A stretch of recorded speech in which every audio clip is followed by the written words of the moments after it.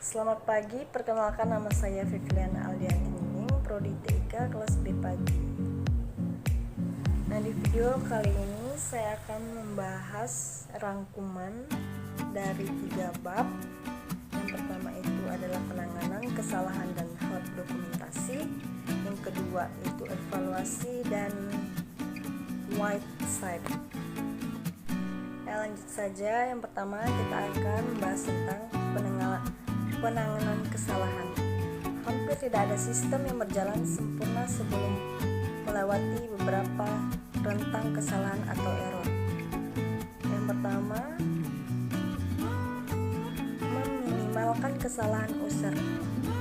Interaksi menu lebih baik daripada perintah baris. Yang kedua, menyediakan kemudahan recovery dari kesalahan. Selanjutnya, tipe dari kesalahan user yaitu ada 2. Yang pertama, kesalahan persversi. Yang kedua, kesalahan kognitif. Yang ketiga itu kesalahan motorik atau gerak. Jadi ada 3 kesalahan user.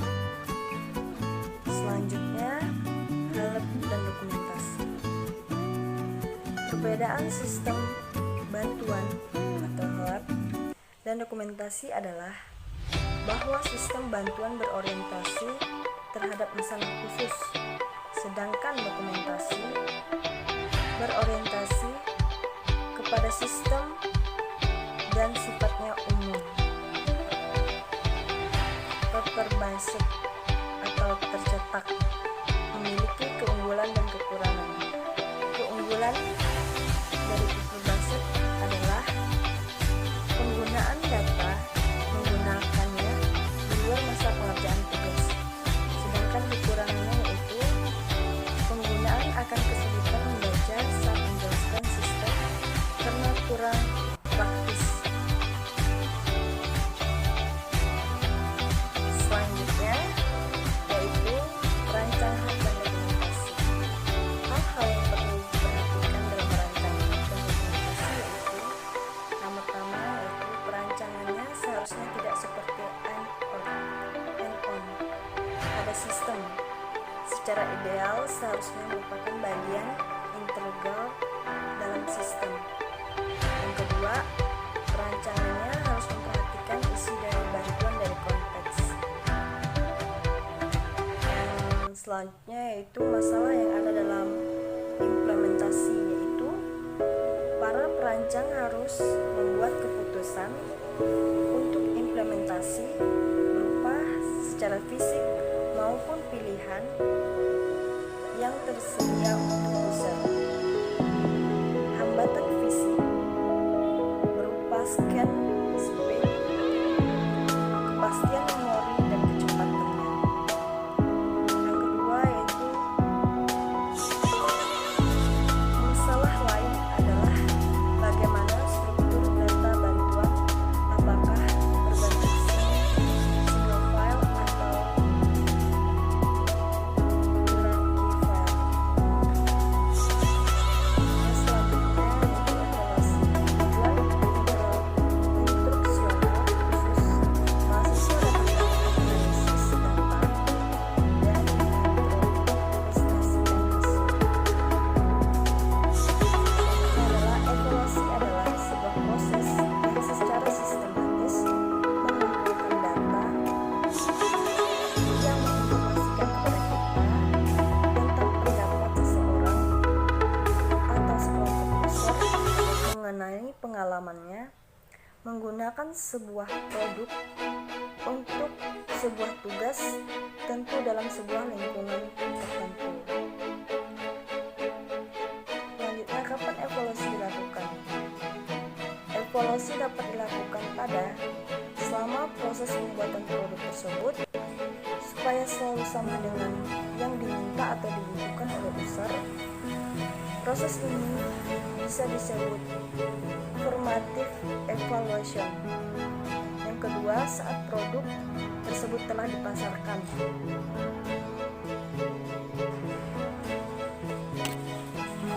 Selanjutnya adalah paradigma evaluasi, yaitu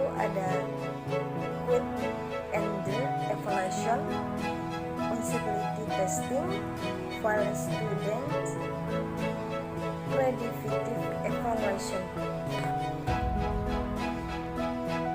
Usability testing ialah melibatkan pengukuran kinerja user dalam mempersiapkan tugasnya secara hati-hati.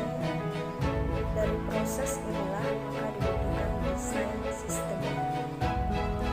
Sedangkan file student itu adalah perbedaan dengan usability testing. Evaluasi ini dilakukan di lingkungan asli di mana user bekerja. Hal ini bertujuan untuk meningkatkan pemahaman tentang kerja user secara alami dan bagaimana teknologi tersebut berdampak padanya. Selanjutnya yaitu tujuan instruksional khusus, yaitu mahasiswa memiliki kemampuan untuk melakukan identifikasi tujuan pengguna dan analisis terhadap sebuah situs. Selanjutnya yaitu identifikasi pengguna dan tujuan website. Website merupakan alamat dan alami yang berfungsi sebagai tempat penyimpanan data dan informasi dengan berdasarkan topik tertentu. Web page atau halaman web merupakan halaman khusus dari situs web tertentu yang tersimpan dalam bentuk file. Compact merupakan sarana dasar untuk memperkenalkan secara singkat tentang apa yang menjadi isi dari keseluruhan website dari satu organisasi atau pribadi. Kebiasaan yang sering dilakukan pengguna website adalah scan dan browsing.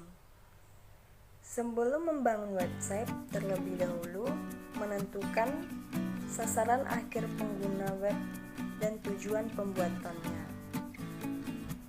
Hal-hal yang perlu diperhatikan agar website bisa dilihat semua orang yaitu gunakan top level domain seperti .com, .net atau .org.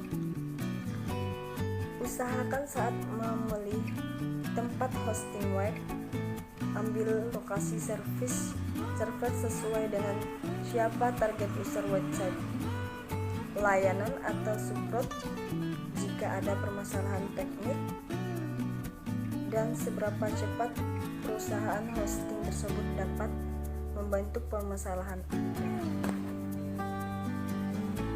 Website juga memiliki langkah-langkah dalam pemeliharaannya. Yang pertama, harus punya komitmen mengisi konten pada situs. Yang kedua, segera perbaiki kekurangan-kekurangan pada situs ada yang di pelaporan oleh pengunjungan situs. Yang ketiga, daftarkan di scan agent seperti Google atau Yahoo. Yang keempat, selalu memantau perkembangan situs melalui statistik yang disediakan oleh jasa atau hosting. Kelima, mempelajari perilaku pengunjung situs Anda dari statistik dan juga bisa memantau apa yang mereka cari dan apa